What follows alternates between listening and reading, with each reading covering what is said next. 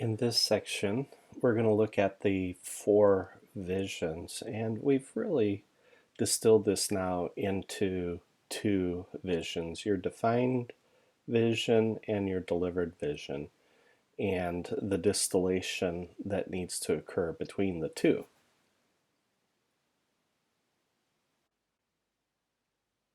The leadership takeaways, the learning objectives for this module are you walking the talk or are you not walking the talk? Because if you're walking the talk, that means that you probably have a balanced vision. If you're not walking the talk, it's very highly likely that the vision is fractured and everything that you see in the flow friction analysis will be coming forward and manifesting itself with whatever it is that you're trying to get done.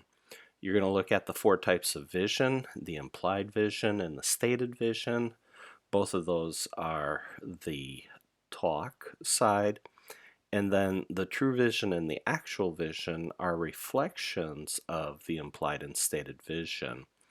And that's the walk. Are you actually doing what you said you were going to do? And then I take you through the 4D model, how that reflects also the 4 types of visions, and then that will hopefully help you get a little bit better understanding of what it is that we're trying to communicate with vision. But this one is extremely critical for the leaders and leadership in the company to get right, because people can see through a phony from 20 miles away, and you have to be able to be genuine and credible and able to create the confidence in that vision in order for your teams to actually be able to enter into a state of flow and deliver the remarkable results that every executive wants to see. So it really breaks down to a very simple question. As we shared with the value statement poster, where every time an executive violated one of the values, the employee put a check mark next to the value that was violated. For vision, it's equally important for the leadership, from the board to the C-level to the executives to the teams, to not just talk the talk, but actually walk the talk. So the question is are you walking the talk for your vision? If the answer is yes, then it will be balanced like it is in this picture. When we talk about talk, we talk about true vision or the stated vision, what you actually end up writing down, and that ideal to which you're actually trying to achieve. Okay?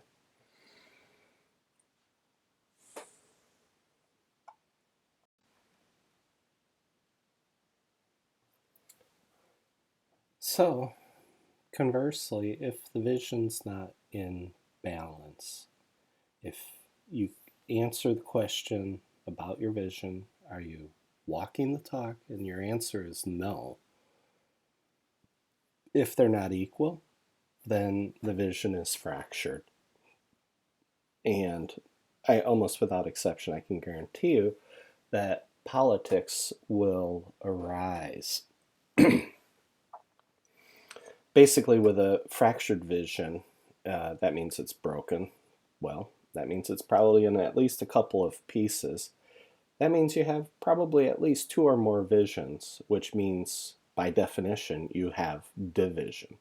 Now, this doesn't mean that it's wrong to have divisions in a company, because the finance department, they're not going to have the same vision as the marketing department or the same as the operations department. They're all going to have different visions, but they all should link back to the overarching vision of the organization. 9 times out of 10, they're not. Okay, everybody's off doing what they think is best for the organization. So, so division isn't always a bad word, especially if you're talking about departmental divisions. But that also gives rise to silos and silo thinking and all of the different issues that we run into organizationally with all these different divisions and departments.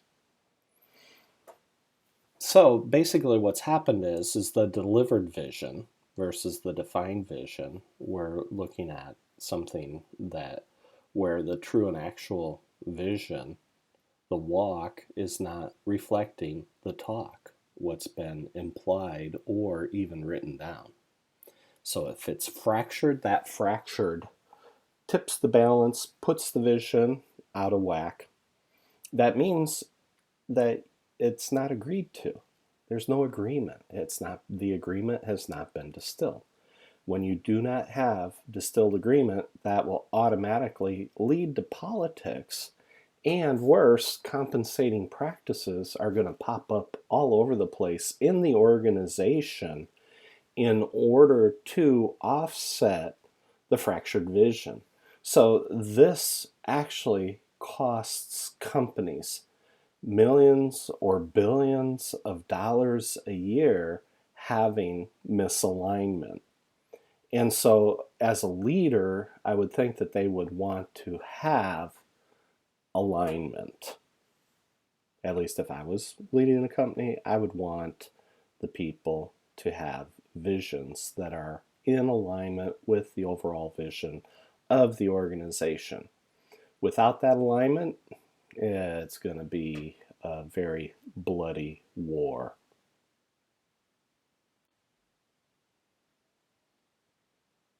So here we've got a little bit updated from the original white paper that Ted and I had done many years ago, 6-7 years ago now. And here we're giving a little bit more definition to implied vision. It's the reflection of each leader's walk. It's implied by what they do and how they act. If a leader's walk and talk match, then the implied and stated visions will match the true and actual vision, like we've shown on the last two slides. So stated vision should always reflect the implied vision, what it is that we're saying, both explicitly and implicitly. The stated vision, companies spend a ton of money on this. It's the vision statement that you share with your customers, your stakeholders, your employees, everybody. And so you're spending a ton of money on this already.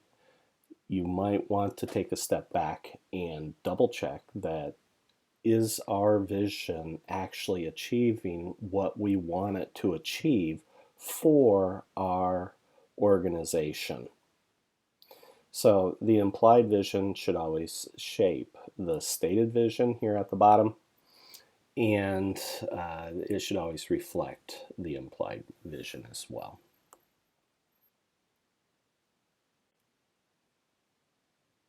So when we get over to true vision, this one gets a little more abstract and people will be going, this gets really almost a little confusing. That's why we try to simplify it to defined vision and delivered vision.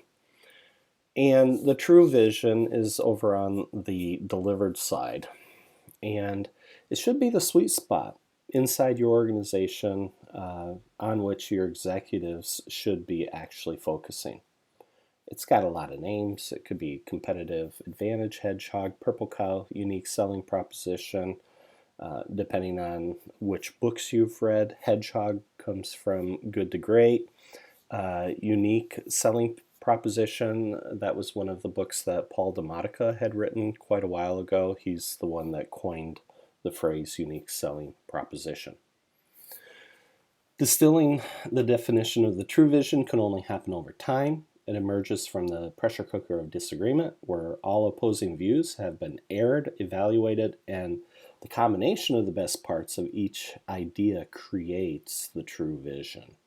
So the true vision statement, once it's been distilled, should be crafted into a vision statement as a short phrase that's easy to remember and even easier to communicate. And we talked about this in cascading vision. Only 5 to 7 words long, even shorter, the better. Otherwise, it becomes very difficult to communicate, and you're going to end up with the risk of diluting the message as it ripples out through the organization.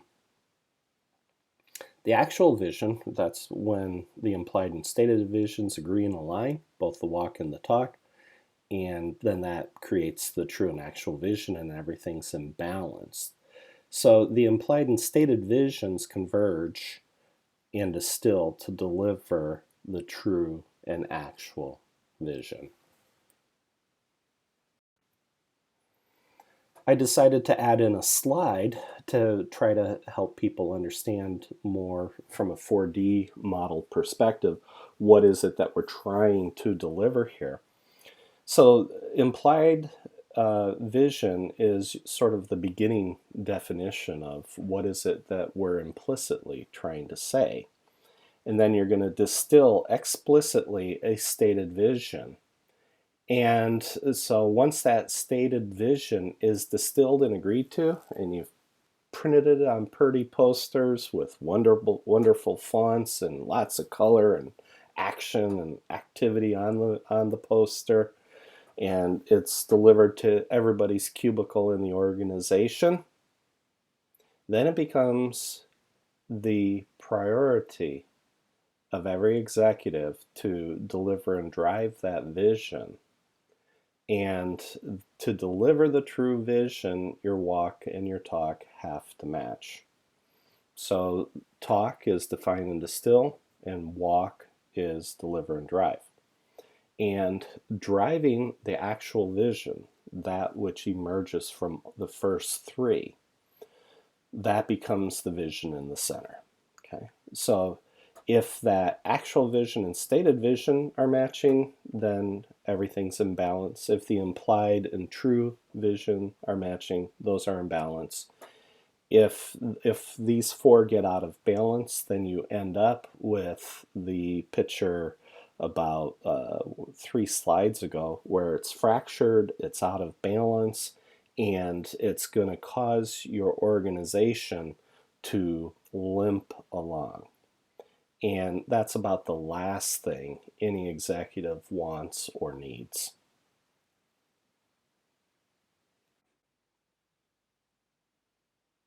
The recap for this section for vision and the leadership application for it, I'm not going to do a recap. I'm going to jump right into application because they mirror each other in this particular slide. It boils down to, as a leader or an executive, am I walking the talk or am I just talking the talk? If I'm walking the talk and the 4 visions are in balance, we have a balanced vision.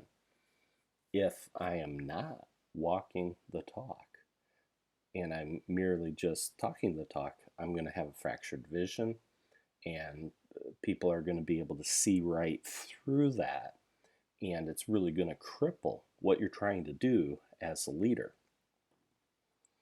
So in something to think about and to reflect on is my organization's vision balanced or is it fractured?